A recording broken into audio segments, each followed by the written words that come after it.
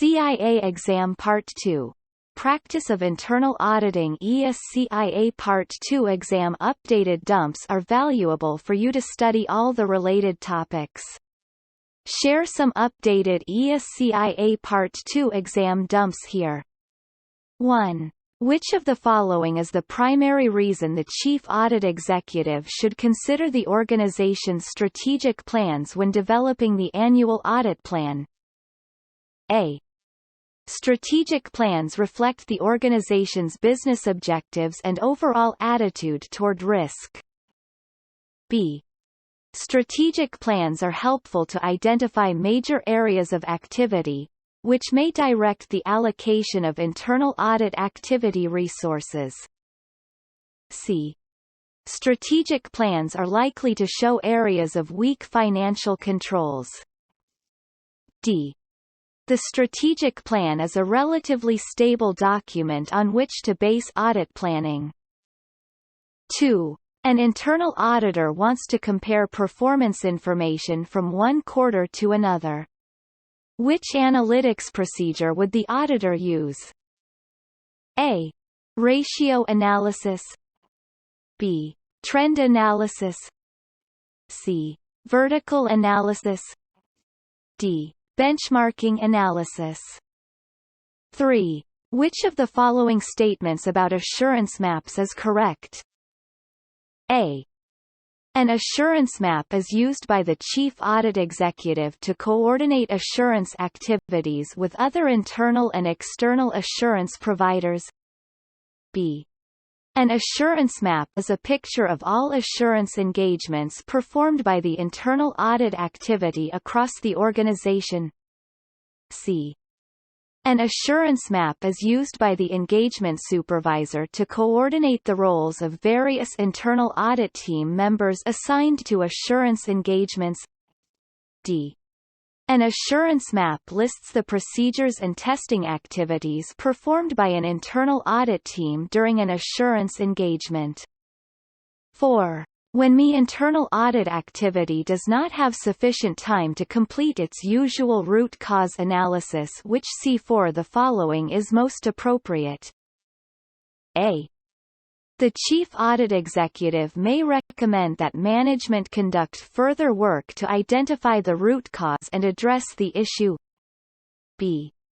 Internal auditors should finish the engagement without conducting the root cause analysis and draft the audit report, though the report would not be considered complete until the analysis is concluded. C. Internal auditors must adjust their future engagement schedule to ensure that the root cause analysis is always performed before the engagement is concluded. D. Internal auditors should instead perform a Pareto rule analysis. 5. Which of the following manual audit approaches describes testing the validity of a document by following it backward to a previously prepared record? A. Tracing. B. Reperformance. C. Vouching.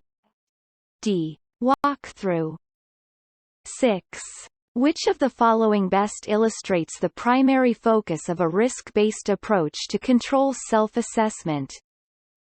A. To evaluate controls regarding the computer security of an oil refinery. B. To examine the processes involved in exploring, developing, and operating a gold mine. C. To assess the likelihood and impact of events associated with operating a finished goods warehouse. D. To link a financial institution's business objectives to a work unit responsible for the associated risk. 7. Which of the following should management action plans include at a minimum? A. An implementer for the action plan. B. An owner of the action plan. C. The internal auditor's next review date of the action plan. D. Detailed procedures for the action plan. 8. During a fraud interview, It was discovered that unquestioned authority enabled a vice president to steal funds from the organization. Which of the following best describes this condition? A. Scheme. B. Opportunity. C. Rationalization. D. Pressure. 9. What is the primary objective of an engagement supervisor's review of key activities performed during the engagement? A. To ensure that the engagement is completed on time and within budget. B. To ensure that all work performed meets acceptable quality standards. C. To ensure that management has provided suitable responses to all observations. D. To ensure that management is satisfied with the progress of the engagement. 10. Which of the following would most likely cause an internal auditor to consider adding fraud worksteps to the audit program? A. Improper segregation of duties. B. Incentives and bonus programs. C. An employee's reported concerns. D. Lack of an ethics policy.